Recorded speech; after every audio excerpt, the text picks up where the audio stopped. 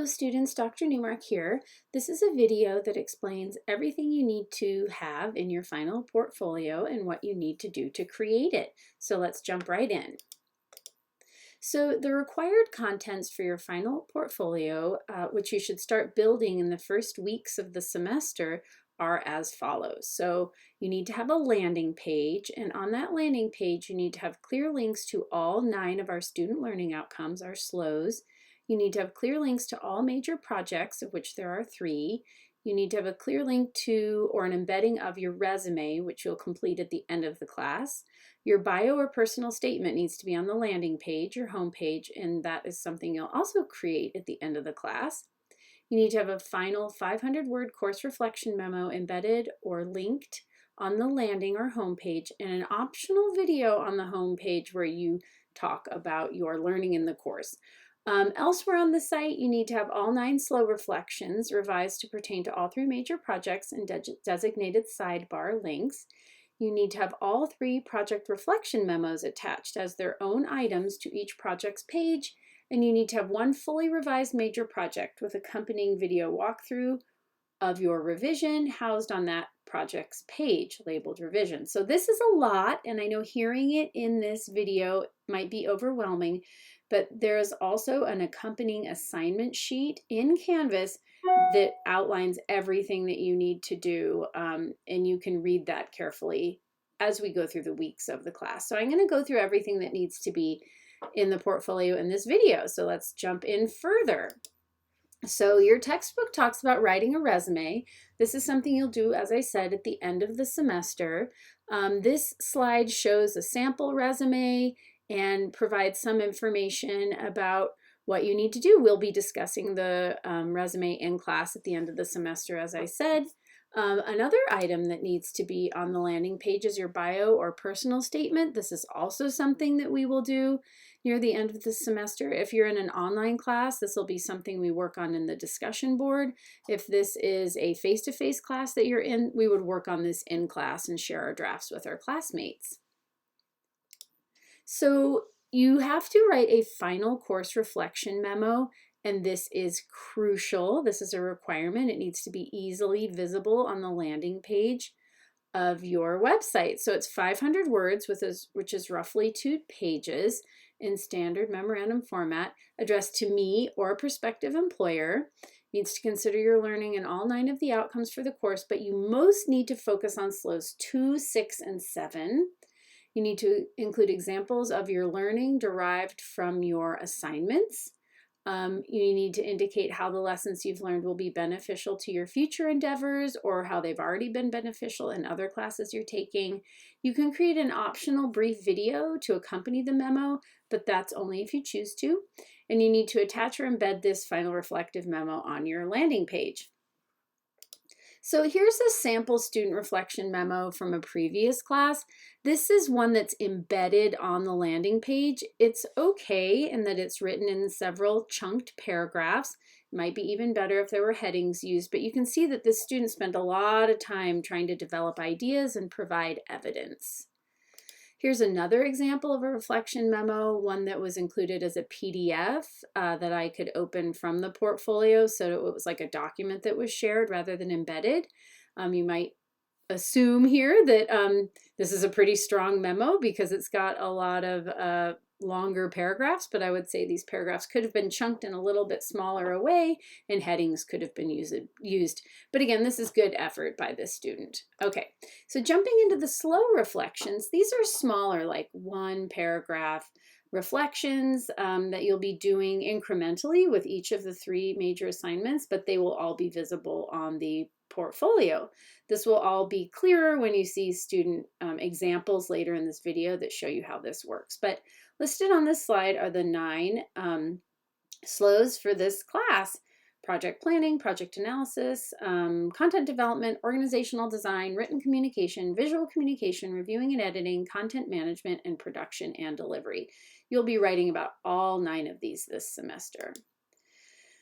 So again, you need to make sure that projects 1, 2, and 3 and their project reflection memos are clearly visible and easily accessible on your portfolio website. You'll be using the portfolio all semester as a repository for your major projects. And when you submit your major projects, all you do in Canvas is just include the URL to your website. Okay, now this content is only for students who are in 16-week classes with me. The 8-week classes, you do not need to concentrate on this bit of information right now, but for 16-week students, please pay close attention. So you need to do a single project revision. This has to show up in the final portfolio. And if you're in an 8-week class, you will be doing extra work throughout the semester to compensate for the fact that you don't do this single project revision. So if you're in a 16-weeker or an 8-weeker, you're getting the same content but distributed differently. So for 16-week students, you need to pick one of your projects in the last 3 weeks of the semester and comprehensively revise it to include in your final portfolio. You create a 3 to 5 minute video walkthrough of your revisions using a screencasting tool.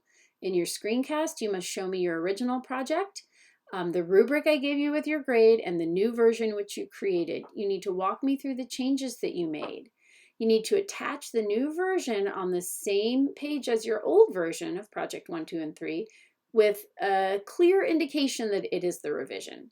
So you will embed the video on that project's landing page. And I will give you lots of information about that in our 16-week classes as we get to that point in the class in the last 3 weeks.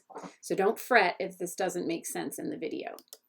You also need to make sure that your portfolio has effective design and mechanics. So you need to use color, page space, images, and alignment effectively and cleanly. Also make sure that you have eliminated all grammatical, punctuation, and syntactical errors on all of the pages of your website. Okay, so let's jump into some past students' examples. So these are all students who gave me permission to share their work. Your portfolio must be created using Adobe Portfolio. In week 3 of our 16-week class, there is information about using Adobe Portfolio. So this is a former student, Michaela, and this is her bio statement right here in the middle of her landing page. And up here in the corner, she has her projects, a link there, her slows, her resume, and her final reflection. You can also see, if you scroll down on her page, which is available as a model student portfolio in our class, so you can interact with it beyond just as it's shown in this video.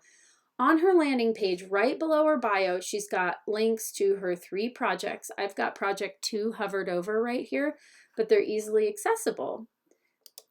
She has her project reflection, once you click it open, embedded as text.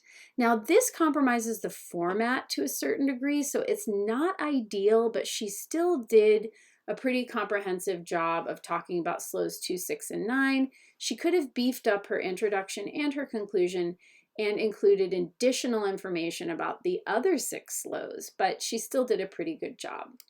Here's another past student. This student used Google Sites, which you're no longer allowed to use as an option, but you can see that Katarina has her 9 slows here on the left and her 3 projects on her homepage. She has her bio statement, and she has links to her reflection memo and her resume.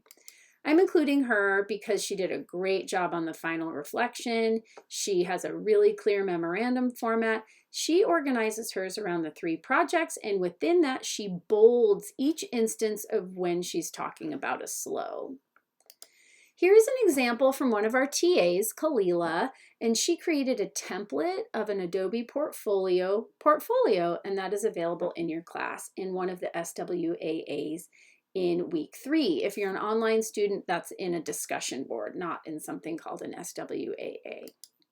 So here is a video that is included in the class in week 3 that is by one of our graduate students named Sunny, and it is a tutorial video on how to create your Adobe portfolio. So please be sure that you watch that video. So now we've come to the end of this video that gives you an overview of what you need to include in your final portfolio in English 2210. Please email me if you have any questions at all or ask me in class. Thanks.